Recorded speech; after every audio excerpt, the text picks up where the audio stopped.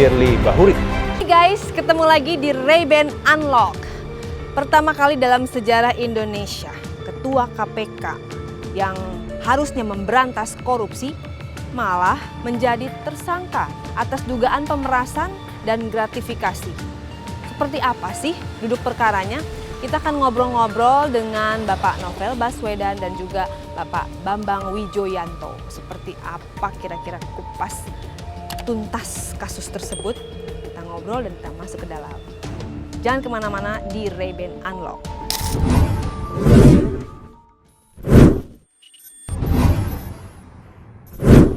Dalam sejarah keberadaan lembaga anti rasuah di Indonesia, pertama kalinya Ketua Komisi Pemberantasan Korupsi KPK, yakni Firly Bahuri, menjadi tersangka dalam kasus dugaan korupsi. Di Ray-Ban Unlock episode kali ini sangat berbeda karena kita sudah kedatangan tamu spesial istimewa, ada Bapak Bambang Wijoyanto, Komisioner KPK tahun 2011 sampai 2015. Kali ini Ray sudah diberikan kesempatan untuk mendatangi yaitu Bapak Novel Baswedan, penyidik KPK 2007 sampai dengan 2021. Terima kasih Pak kesempatannya. Sama-sama, kita Ray. sudah boleh mampir tim Ray-Ban di sini. Banyak berita yang beredar tepatnya hari ini di media sosial maupun di TV nasional, kemudian di media-media Indonesia lah dan luar juga sampai ke luar negeri gitu terkait Pak Firly Bahuri yang ditetapkan sebagai tersangka atas dugaan tindak pidana korupsi. Yaitu pasal yang dikenakan 12E, pemerasan terhadap pegawai negeri sipil, kemudian ada pasal 12B, gratifikasi, dan juga ada pasal 11 Undang-Undang Tindak Pidana Korupsi junto pasal 65 KUHP. Atau lebih sederhananya lagi dugaan tindak pidana pemerasan terhadap mantan Menteri Pertanian Syahrul Yassin Limpo dan juga penerimaan gratifikasi. Gimana tuh Pak, menurut Bapak? Ever sih dalam sejarah penegakan hukum pimpinan KPK dikenakan pasal di kasta tertinggi dalam tindak pidana korupsi. Ini kan pemerasan, Bos. Ya, saya juga sedih ya. Sedih, marah, apalagi ya. Kecewa? Ya, kalau kecewa emang sudah tahu sebenarnya sih. Cuman kan saya beberapa kali memang mengikuti ya bahwa ketua KPK dari periode ke periode dikenakan tindak pidana lah gitu ya. Ada yang bermasalah dalam hukum dan sebagainya gitu. Agak beda. Kalau yang kali ini beda ya? Beda. Pertama kali Yang terakhir ini dia sebagai penegak hukum menyalahgunakan kewenangannya melakukan extortion, pemerasan atas tindak pidana korupsi. Jadi ada mantan Menteri Pertanian yang diduga melakukan pemerasan untuk mendapatkan gratifikasi macam itu, terus kemudian diperas lagi, pemeras yang diperas gitu ya. Beda. Yang bersangkutan ini sudah ditolak sebelum menjadi pimpinan KPK. Ketika Deputi Penindakan, saya dan kawan-kawan di KPK membuat petisi ditandatangani oleh pegawai KPK hampir 1.000 orang rasanya, meminta agar dia diperiksa. Diperiksanya itu masalahnya serius, yaitu diduga membocorkan data-data rahasia yang itu kemudian menggagalkan penanganan perkara. Tahun berapa itu, Lebih Pak? dari 20 kasus. Tahun 2018. 2018. Saya lupa 2018 apa 2019 awal, saya lupa. Persisnya kurang lebih sekitar waktu itu. Kalau yang terdahulu itu selalu ada cerita cicak dan buaya. Kalau ini cicaknya udah jadi buaya. Oh. Atau bisa jadi tokek? Ya mungkin udah. Kalau tokek kecil banget dong, dari cicak ke tokek itu kecil. Terus udah jadi buaya. Jadi yang dulu itu adalah pasti yang dipersoalkan adalah bahwa seperti saya dipersoalkan itu kasus saya 10 tahun yang lalu. Oh, hal-hal di luar dari wewenang dia sekarang. Dan itu artinya kriminalisasi gitu. Iya. Betul. Dan kasus yang lain lagi ketika dia membongkar, Bibit Chandra ketika dia membongkar ada pukulan balik. Kalau ini nggak ada pukulan balik, memang dia yang melakukan tendangan bebas gitu. Jadi beda, jadi karakter kasusnya itu beda. Maka saya kemarin itu sempat memang berpikir, dia berwenang untuk memberantas korupsi. Tapi kok dia bisa sampai kena pasal korupsi pula begitu, tindak pidana korupsi. Gitu. Sebenarnya nggak itu bukan sesuatu yang aneh, cuman di Indonesia kayak gitu. Di beberapa negara kan kayak gitu. Dan dalam pengalaman KPK sebelumnya yang namanya Lili di periode kepemimpinan ini juga, itu kan dia diduga mendapatkan gratifikasi waktu mau lihat Mandalika. Iya. Diduga pemberinya adalah Pertamina. Tapi sebelum proses itu dilanjutkan di pelanggaran etik, dia menggunakan mengundurkan diri. Sebenarnya tindak pidana nggak mungkin hilang. Harusnya Lili juga bisa kena gitu loh. Saat itu pun kami dari Wadah Pegawai KPK yang salah satu misinya adalah menjaga KPK sesuai dengan pembentukannya ya. Itu telah memberikan masukan kepada panitia seleksi. Jadi kalau bicara terkait dengan kondisi hari ini, ada dosanya panitia seleksi, ada dosanya Komisi 3 Ya. yang kemudian memilih yang bersangkutan. Pada saat itu ya. Ya, ada dosanya Pak Presiden juga. Korupsi itu selalu well organized crime. Kalau mau lihat bagian dari kejahatan itu, kalau lu tangkap seseorang, lihat yang menyalak yang mana. Itu kira-kira bagian dari kejahatannya di situ. Oh, kaumnya gitu ya. Iya dong. Ini sebetulnya hal-hal itu sudah tergambar semua. Bahkan ketika yang bersangkutan awal-awal akan menjadi pimpinan KPK, itu demo besar-besaran dari mahasiswa selain dari menolak undang-undang KPK yang baru, revisi undang-undang KPK, dan juga mempersoalkan soal kehadirannya pimpinan-pimpinan KPK yang tidak berintegritas. Ini masalah sangat serius. Dan hari ini apa yang dulu diributkan banyak orang terjadi. Saya khawatir indeks persepsi korupsi Indonesia pun akan jatuh. Ya. Dampaknya bukan sekedar main-main, dampaknya terhadap perekonomian, terhadap investasi, dan banyak lagi yang lain. Jadi terlalu pemahal memilih pimpinan KPK yang tidak berintegritas, dan hari ini kemudian ditemukan kasusnya yang bersangkutan menjadi tersangka, sehingga membahas ini, termasuk Rain membahas di podcast ini menjadi penting untuk mengingatkan semua pihak agar jangan sampai kejadian serupa terjadi. Tapi yang lebih penting adalah jangan sampai kemudian proses ini hanya dilihat dari satu permasalahan saja. Saya yakin Firly ini kemudian sebelum sampai dalam posisi sekarang ini sudah banyak perbuatan-perbuatan tidak pidana korupsi lainnya yang dilakukan. Perbedaan sebenarnya yang sangat signifikan dari KPK yang dulu yang sekarang apa Pak kira-kira? Soal integritas. KPK itu kalau saya dulu ada di KPK, memang orang-orang ada di KPK itu fokusnya adalah mau berjuang untuk kepentingan negara. Berantas korupsi itu kan nggak mudah. Kenapa? Karena orang yang diberantas ini biasanya adalah orang yang punya kekuasaan, orang yang punya pengaruh, orang yang punya kekayaan. Dan biasanya mereka ngelawan balik gitu. Jadi berantas korupsi itu bukan hal yang mudah. Karena butuh perjuangan dan butuh keberanian. Dan itu tentunya dilakukan dengan semangat untuk kepentingan negara. Yang kedua, orang ada di KPK itu adalah orang-orang yang memang integritasnya betul-betul baik dan itu dicermati betul. Sehingga masalah dalam hubungan interaksi dengan sesama pegawai itu mereka membiasakan diri untuk zero tolerance. Mereka nggak pernah mau permisif ketika ada kawannya, atasannya ataupun pimpinannya berbuat kesalahan, tidak akan permisif. Jadi nggak siap perintah ya? Saling melaporkan itu suatu hal yang wajar di KPK. Masa dulu. Tapi kemudian hari itu berganti gitu. Iya. Dulu itu zero tolerance on anti-integrity. Dulu itu zero tolerance. Pak Firly ini sedari awal udah 500 orang tanda tangan dari dalam menyatakan dia tidak pantas menjadi pimpinan KPK. Satu. Kedua, ada banyak fakta, paling tidak satu yang saya sebut, bahwa dia itu sudah diduga, sudah terbukti bahkan oleh pengawas internal melakukan pelanggaran etik. Tapi sebelum dibawa ke Majelis Kehormatan Kode Etik, dia mengundurkan diri. Begitu juga dengan begini, di KPK yang dulu, sebelum Firly Bahuri ini menjadi pimpinan, itu kalau ada kegiatan ke luar, itu harus dibiayai oleh KPK sendiri. Tidak boleh kemudian dibiayai oleh pihak dari luar.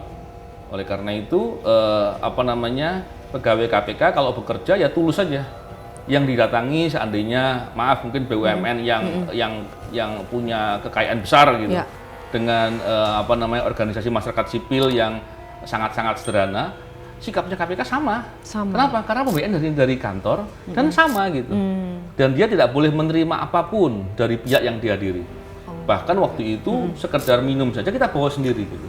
Sampai seperti itu ya? Seperti itu. Artinya memang dijaga betul. Karena KPK adalah lembaga yang betul-betul memberantas korupsi dengan jujur dan objektif. Terus harus menjadi teladan.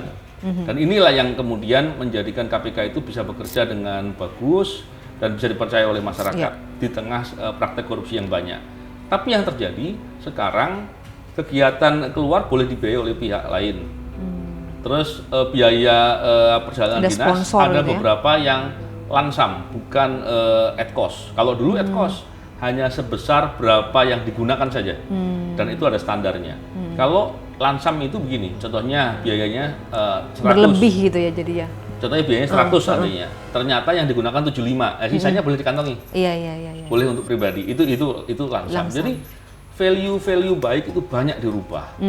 Dan perubahan itu menimbulkan kerusakan dan banyak sekali orang-orang di KPK yang kemudian memilih untuk keluar karena melihat KPK-nya betul-betul tidak sesuai dengan apa yang diharapkan. Oke. Terus ketiga, ada banyak dari civil society juga merasa keberatan karena ada banyak informasi.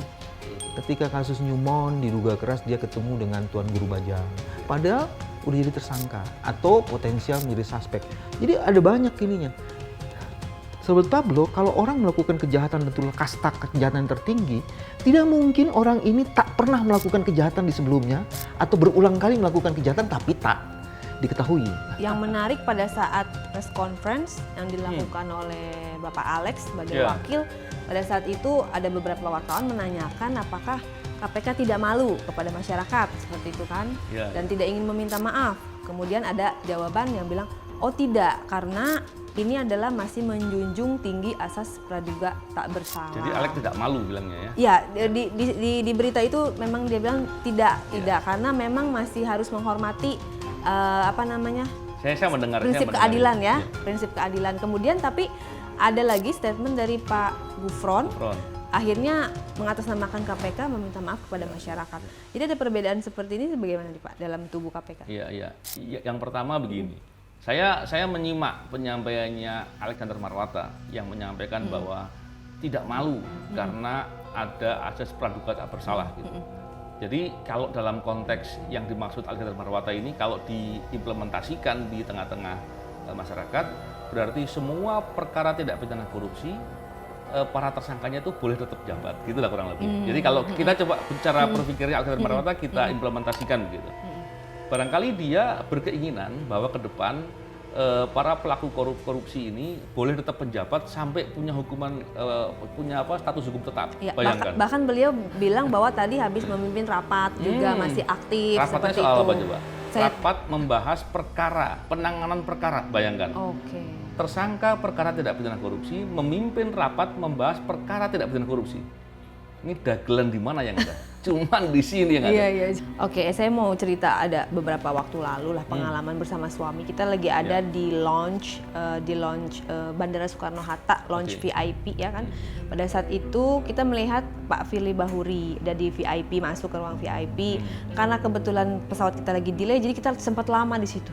Lama dia. Kemudian sejam kemudian ada masuklah salah satu menteri, dan sebelum pertemuan itu kita tahu nih kementerian yang dimaksud ini sempat digeledah KPK karena berita sudah beredar seperti itu. Nah, kalau Bapak menanggapi, bisa nggak sih kita menduga bahwa kejadian itu bisa jadi merupakan kejadian yang serupa dengan kejadian saat ini?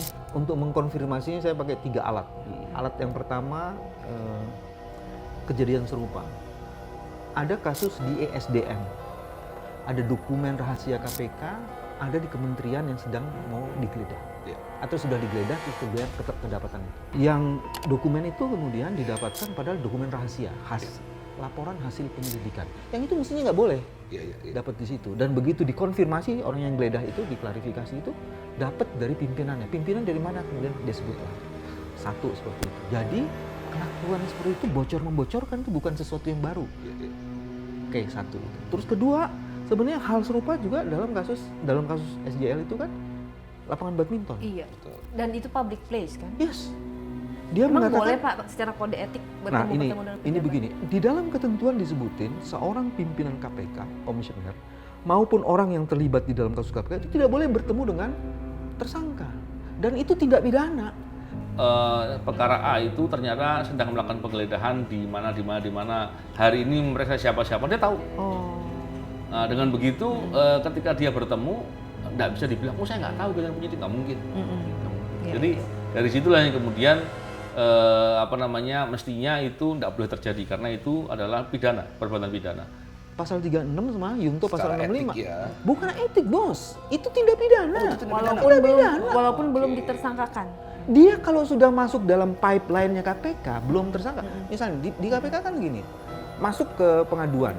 Pengaduan tuh udah diperiksa tuh. Kalau kemudian di pengaduan itu indikasinya ada, masuk ke penyelidikan. Penyelidikan tuh outputnya penetapan tersangka loh. Kalau di kepolisian kan penyidikan. Ini penyelidikan. Jadi kalau orang sudah mengetahui ada case yang sedang diperiksa oleh KPK, dia bertemu, itu udah tindak pidana, bukan pelanggaran etik, itu tindak pidana. Dan itu pasalnya kena hukumannya 5 tahun, Mus. Ya inilah yang kemudian saya tentunya berharap siapapun orang yang menjadi korban pemerasan para pimpinan KPK atau insan KPK dan atau mengetahui adanya perbuatan-perbuatan tidak pidana korupsi dilakukan oleh insan KPK maupun pimpinan KPK, ayo lapor.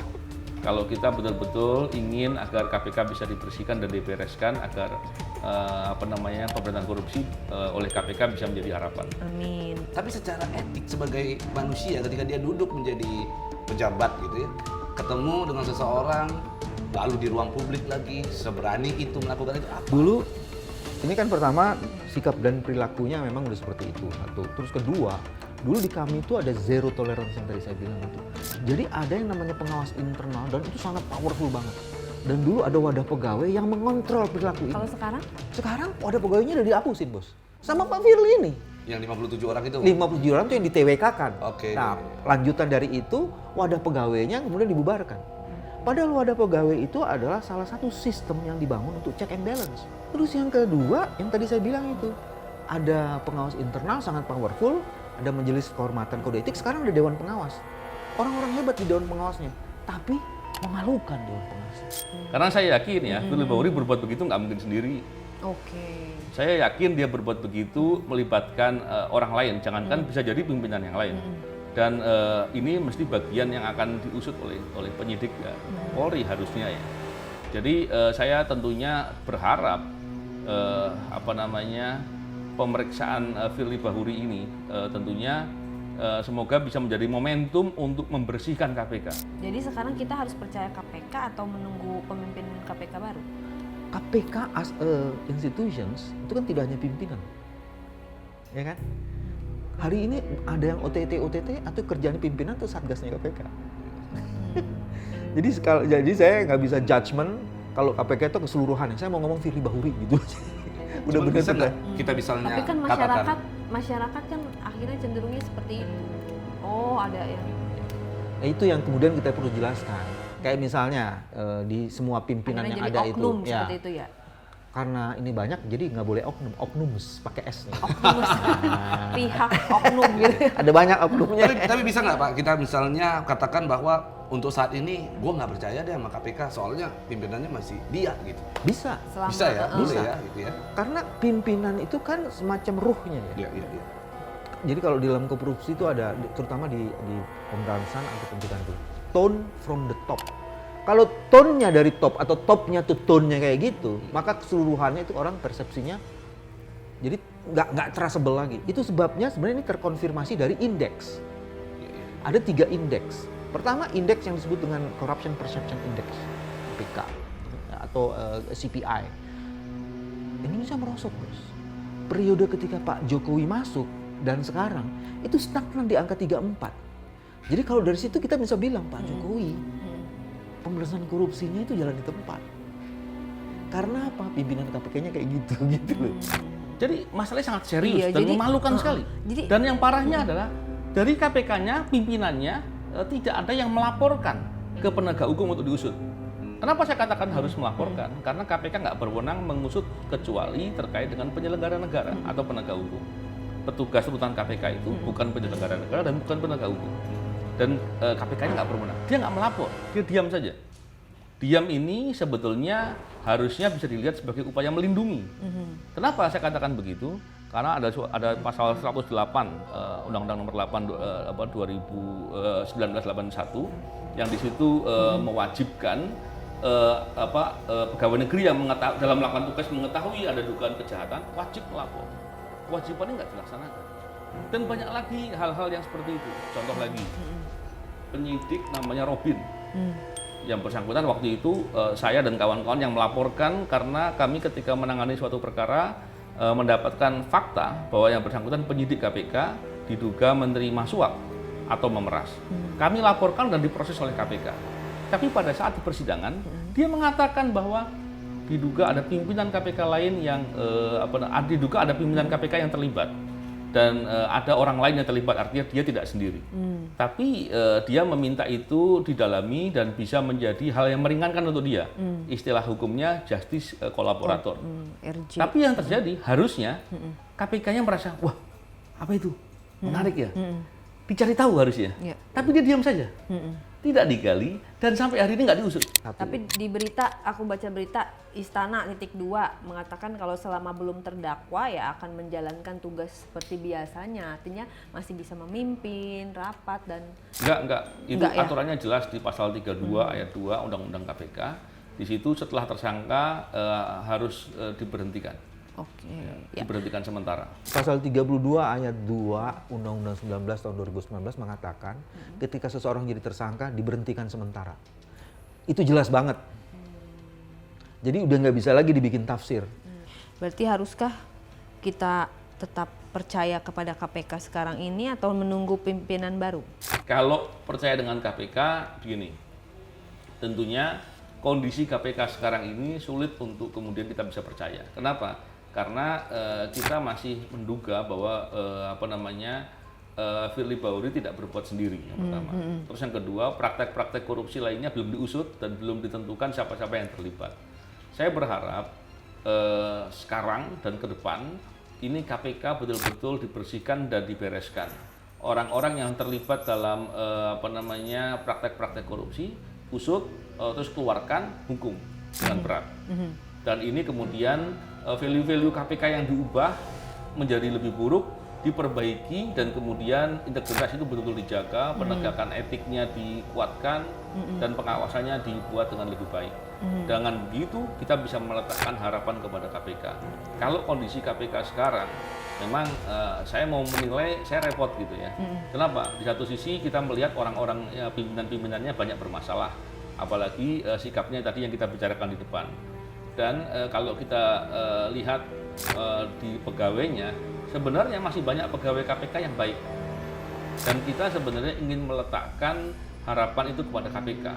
Jadi terlepas dari ada beberapa pihak yang mengatakan KPK lebih bagus dibubarkan, saya memandang bahwa KPK tetap penting.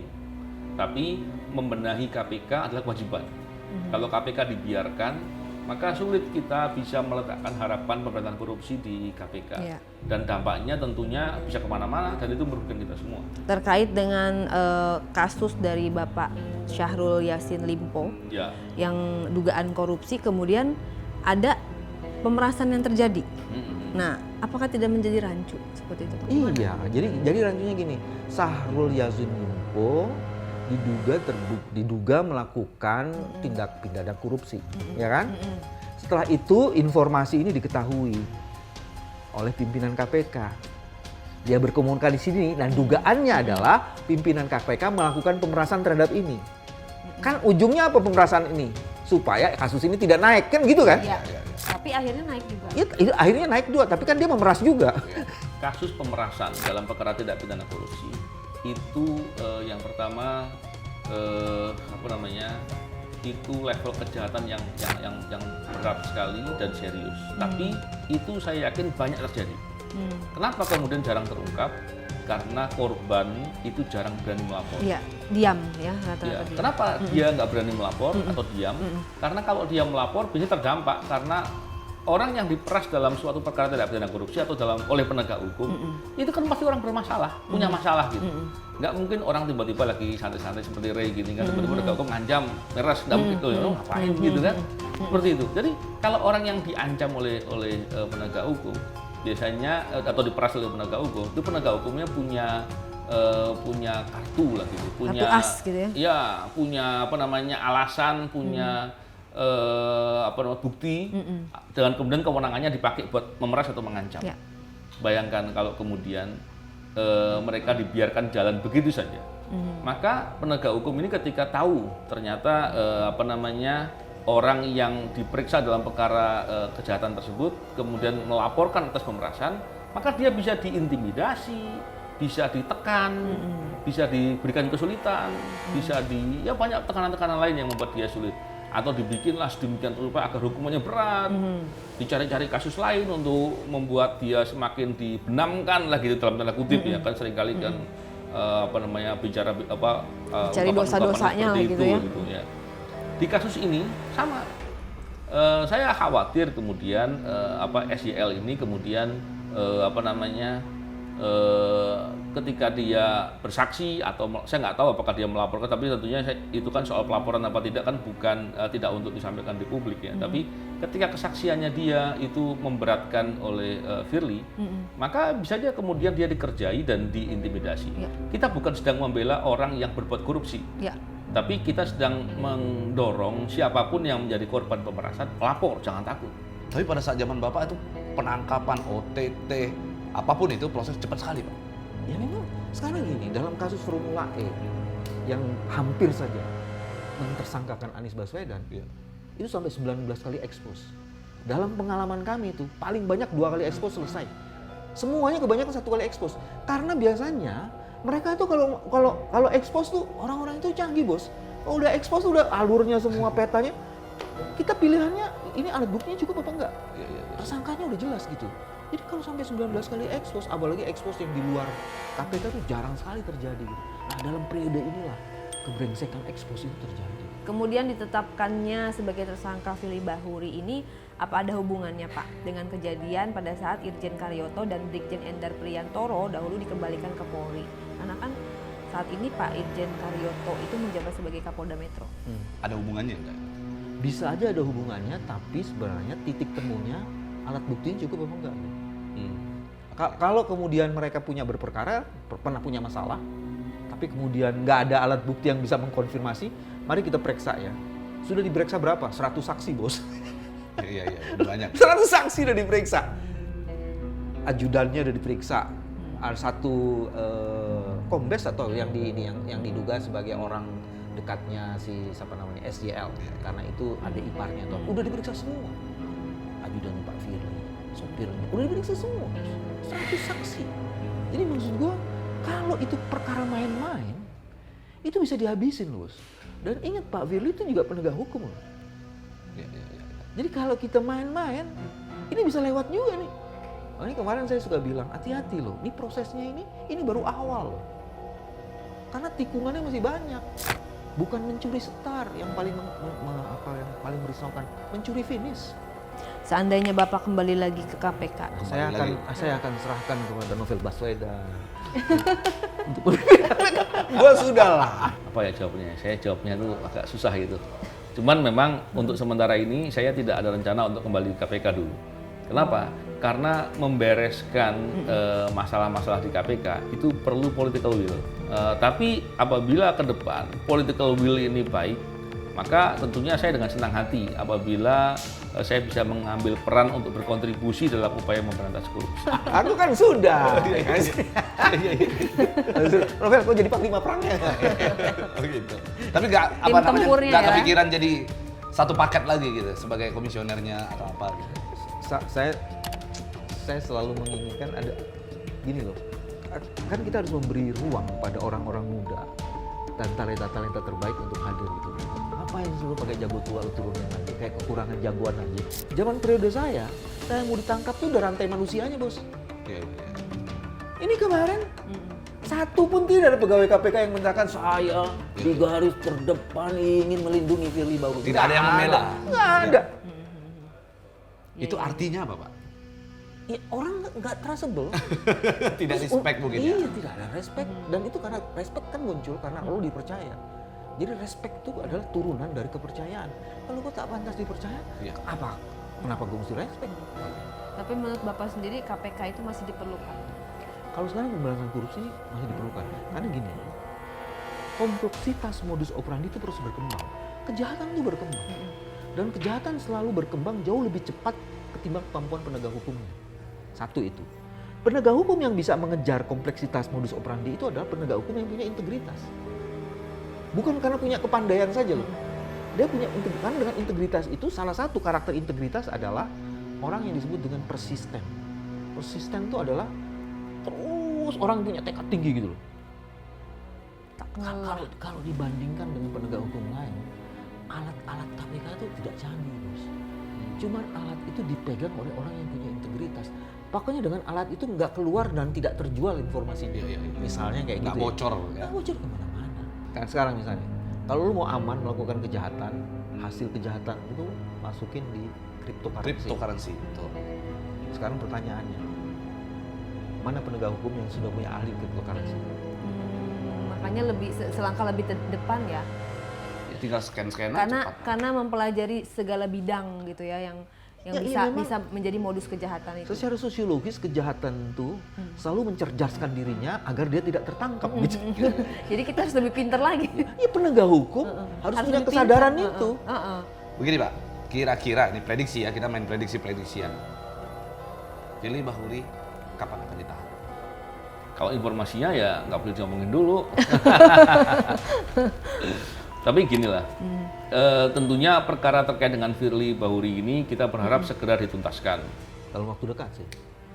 Indikatornya sederhana aja. Aku tadi pagi cek surat dari Polda atau dari Mabes sudah masuk belum ke Seknek? Sudah tuh, untuk pemberitahuan itu.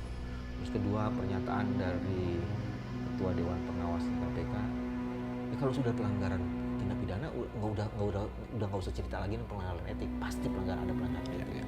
Sebaiknya dia mendorong itu. Terus ketiga, dari antusiasme publik, wes wayahe, sudah saatnya. Jadi dari situ kalau Pak Jokowi mau reborn, maka nggak ada lagi argumen yang unstoppable. Dia harus laksanakan itu. Dan itu ada mandatnya di undang-undang. Harus diberhentikan. Harus diberhentikan sementara. Kenapa harus diberhentikan sementara? Karena dia sedang memeriksa kasusnya Syahrul Yassin Limpo yang salah satu saksinya dia. Lihat, kan dia nih yang pemerasan kan ini. Kan bisa terjadi ini melakukan eksploitasi. Betul. Jadi ini sebenarnya untuk kepentingan KPK juga dan untuk kepentingan pembuktian kasus pemerasan itu. Jadi dia bisa Intervensi. kalau dalam istilah KUHAP juga menghilangkan barang bukti bisa. Kesel-keselan ya, melakukan apa aja terhadap Tindak pidana lagi bisa.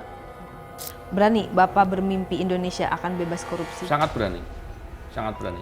Kita harus punya keyakinan bahwa ke depan Indonesia akan menjadi negara maju, negara hebat.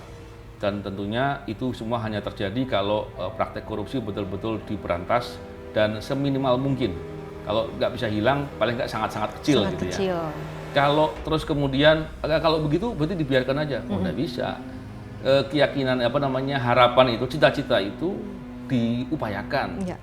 Iya, penghargaan. Di hari yang sama. Penghargaan tanggal terhadap yang sama. apa? Yang diberikan oleh Menteri Keuangan. Iya, penghargaan terhadap apa? Terhadap menjaga aset negara. Dia menjaga aset negara yang mana? Kan aset negaranya itu kan lebih kepada sistem akuntansi. Kalau yang diperiksa itu kan karakter, kelakuan, tindak pidana sama konteks pribadi. Kalau dia menjaga aset negara menurut saya, maka harusnya para pegawai KPK yang 57 orang tadi itu salah satu aset negara yang sangat penting sekali dalam penegakan hukum. Definisi aset negara Tidak hanya harusnya di melalui SDM, uang ya? bukan barang sekedar, Uang dan tapi barang. human resources.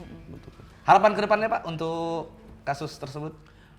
Kepada kasus ini, satu, kalau saya sebagai penegak hukum saya akan tanya, ini yang terlibat hanya Firly aja apa enggak sih? Iya dong. Oke. Kan tadi saya ngomong Oh soal berarti well ada organized crime. ininya lain ya, calon-calon lain Iya. juga. Bocorannya Bocorannya. Ada aset, hanya ada di Ray-Ban Unlock misalnya. ada aset tuh di Jogja, di Bekasi, di Jawa Barat yang nilainya cukup fantastis sebenarnya. Dan itu tidak ada di LHKPN. Dan mudah-mudahan ini bisa jadi bagian penting dari proses pemeriksaan lebih lanjut. Dan itu saya mendapat informasi dari sumber-sumber yang saya menduga teman-teman di kepolisian juga tahu. Kredibel lah ya. Oke Bapak, terima kasih Ya, atas waktu dan sama-sama. kesempatan penjelasannya, menarik. Itu aja teman-teman. Kata-kata terakhir, kita ikuti tagline-nya KPK yang sesungguhnya, berani jujur itu hebat, kalau nggak jujur bertobatlah.